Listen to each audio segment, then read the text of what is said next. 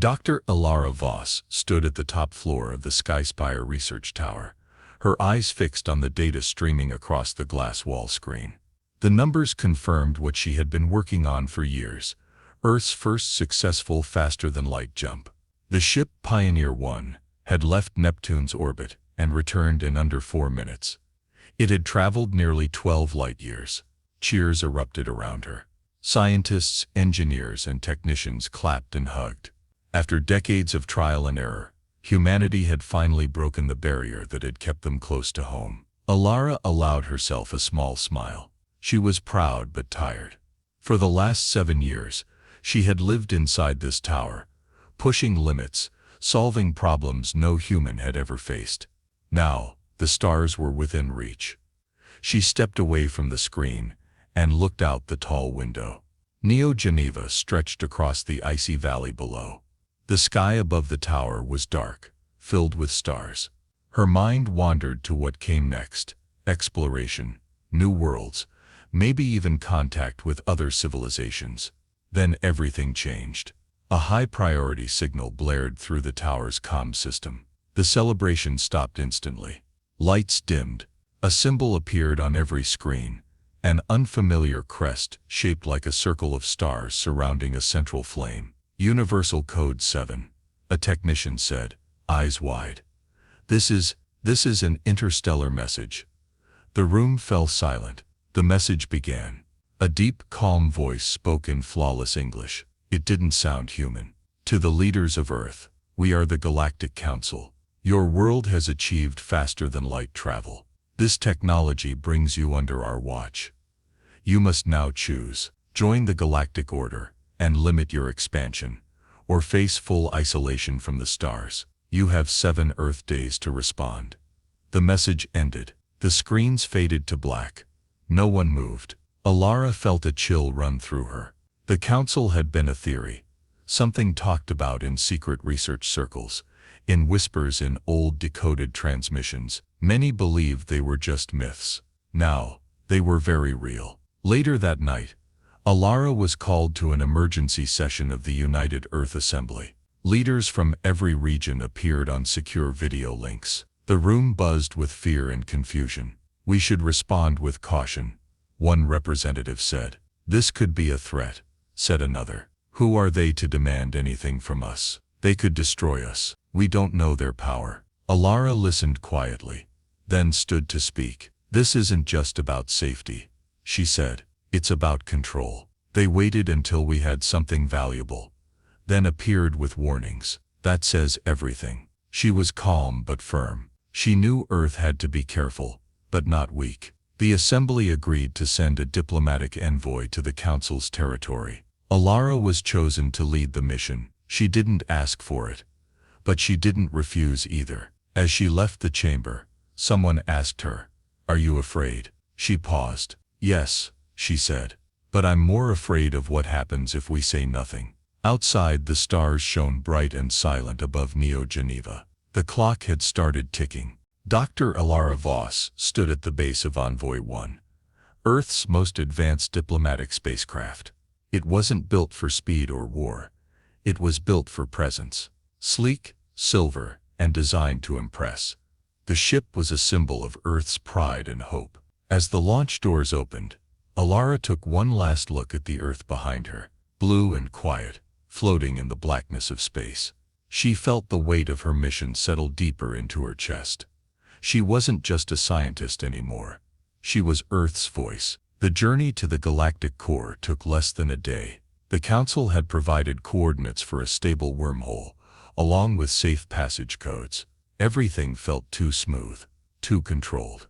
When the ship emerged from the wormhole, the view outside was overwhelming. The galactic core was not just a location. It was a structure miles wide, wrapped around a dying star. A bright, glowing mass of energy pulsed at its center. The station itself was made of black metal and shimmering light, orbiting with slow grace. Other ships, dozens of shapes and colors, none human, moved through the void like silent fish. Alara stared out the window. "We are not alone," she whispered. Inside the Council station, everything was silent and clean. The walls glowed with soft light.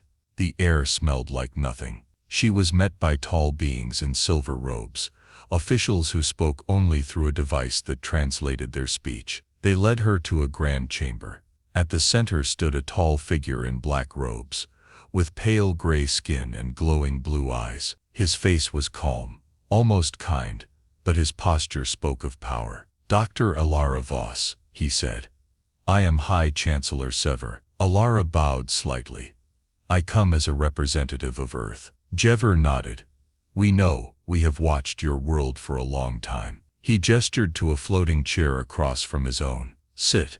Let us speak clearly." They talked for hours. Jever's voice was smooth and measured. He explained that the Galactic Council existed to keep peace in the galaxy. When species discovered faster-than-light travel, they became a risk not just to themselves, but to others. The Council offered protection, guidance, and rules. In exchange, civilizations were required to limit their expansion, share technology, and submit to oversight. "It is the only way to avoid war," Jever said. Alara listened carefully. "And if we say no?" Jever didn't raise his voice. "Then Earth will be denied access to the galaxy. Trade, travel, and communication will be cut off. You will remain alone, like many others before you." His tone was gentle, but the threat was clear. "You have 7 Earth days," he reminded her. Later, Alara was escorted to a private chamber. It had a soft bed, clean water, and a view of the dying star. She sat by the window,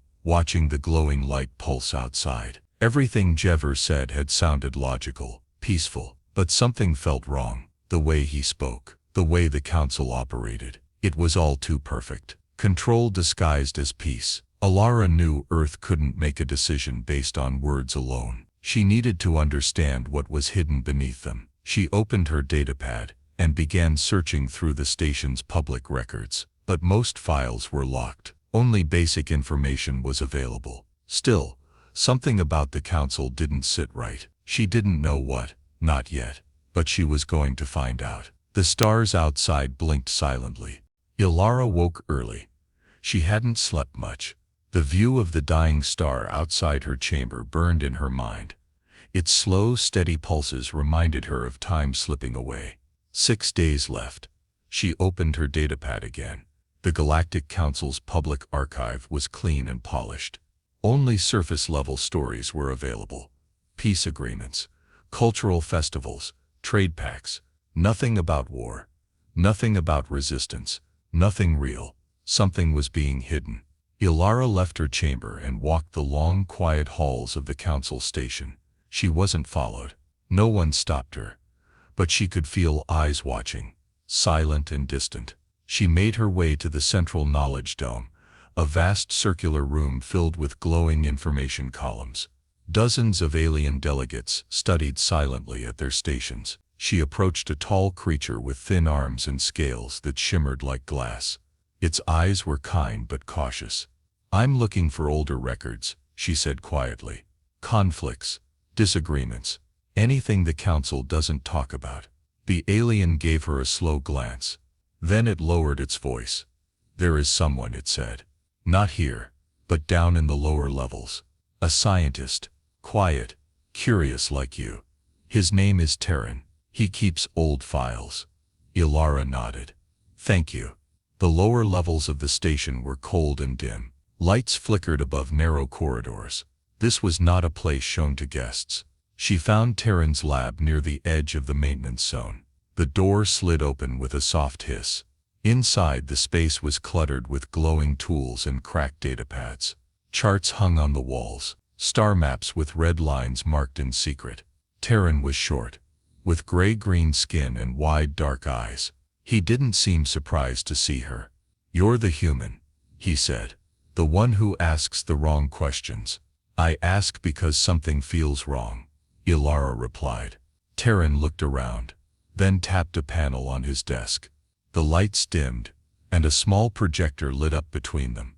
A grainy recording played. A planet covered in forests and oceans, ships in orbit. Then fire, destruction, silence. The planet was called Virelin, Terran said. "They refused the Council's terms 200 years ago. Said they wanted to grow on their own." Ilara watched in shock as the planet burned. The council didn't destroy them directly, he explained. They cut them off. No food, no trade, no help. They watched as the world collapsed.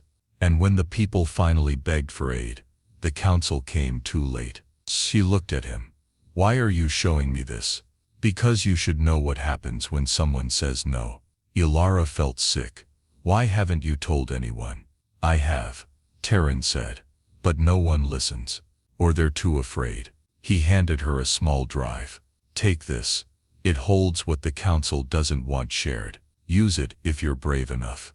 Back in her chamber, Ilara played more of the files. Other stories, other worlds, patterns of silence, exile, and quiet destruction. The council's peace was real, but it came at a cost. Obedience. Submission. Earth was next. She knew now what had to be done. But would Earth listen? Dr. Ilara Voss returned to Earth the next day. The journey back felt longer, heavier.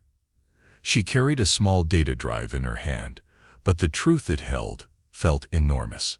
The council's message had been clear. Join or be isolated. But now Ilara knew what isolation really meant. Starvation. Silence. Collapse. She landed at the Skyspire Tower under tight security.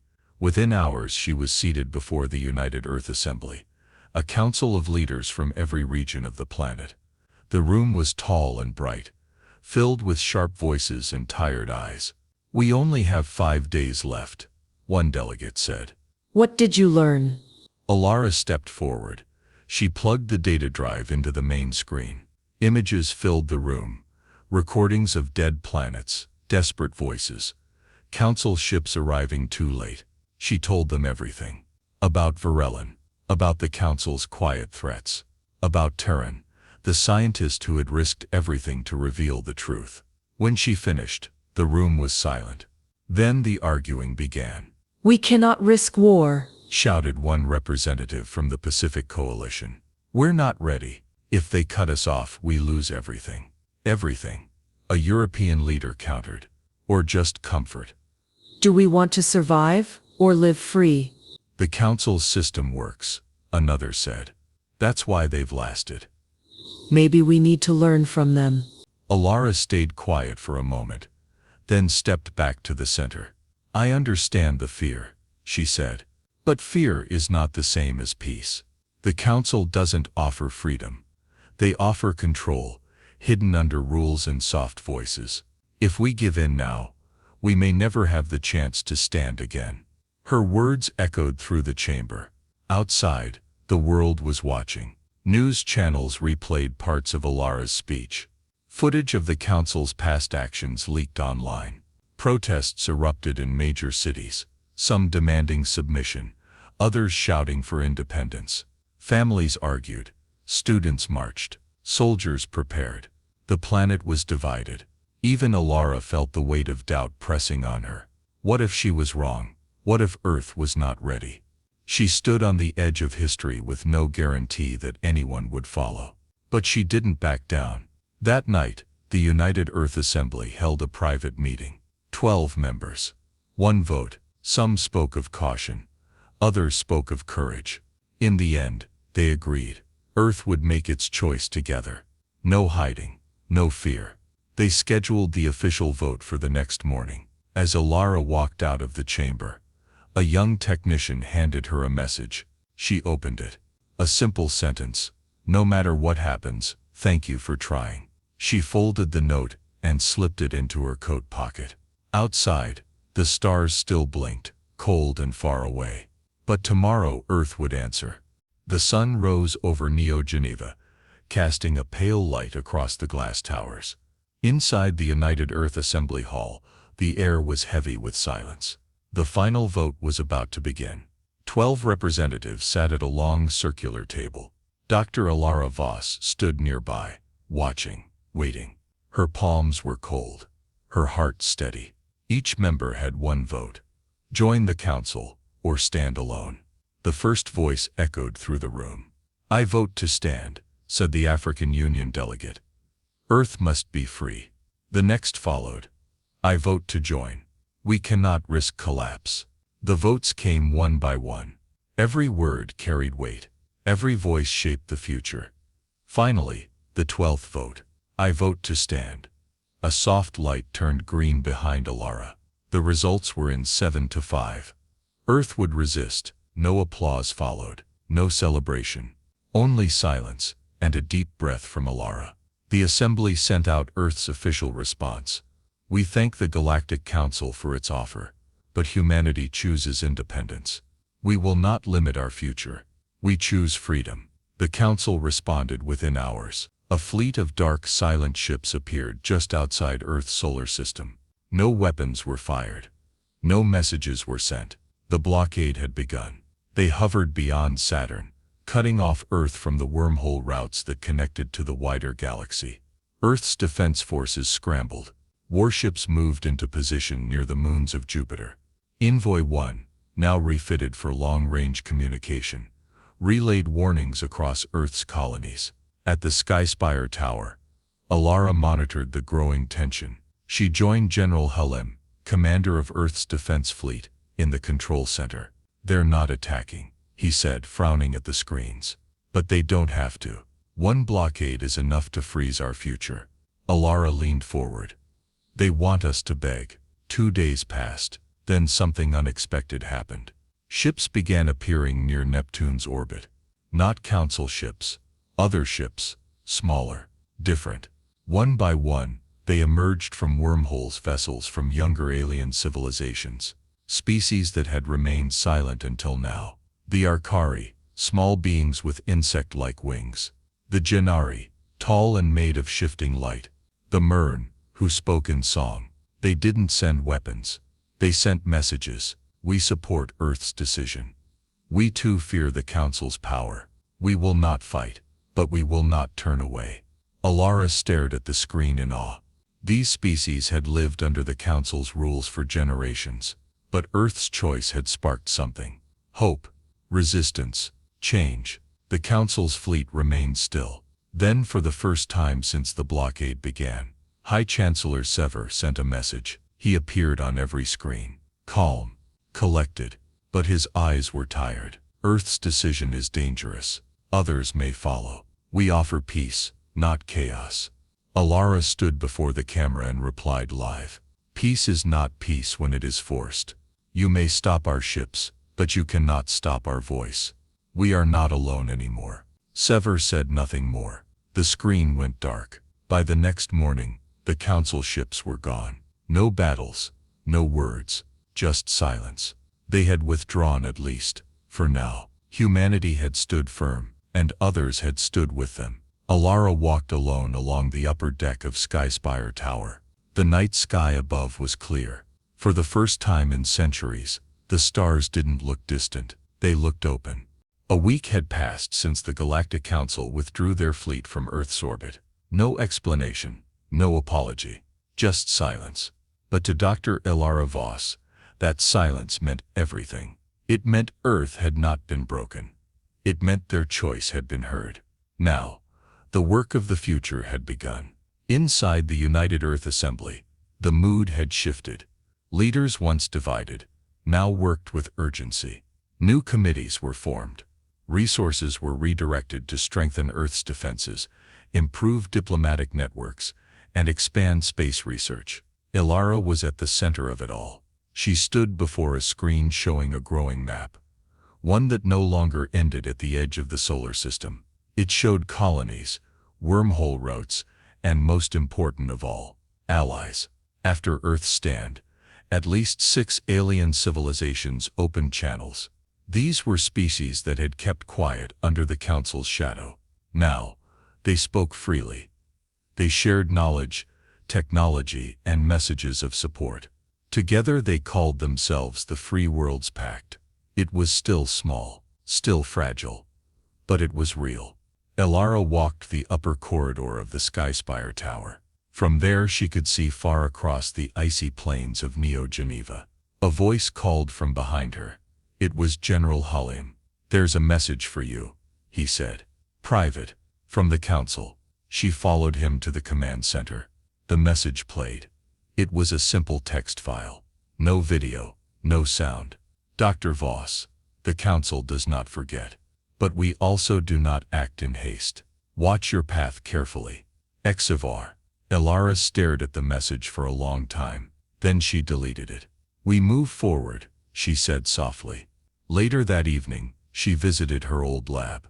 It was quiet, just as she had left it. Dust floated in the light. Her desk, her datapads, her telescope, all untouched. She sat down and opened her journal.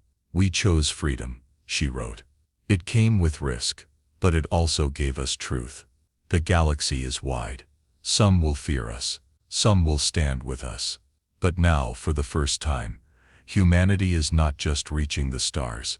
We are becoming part of them. She closed the journal and looked out the window. Above her, the stars glowed brighter than ever.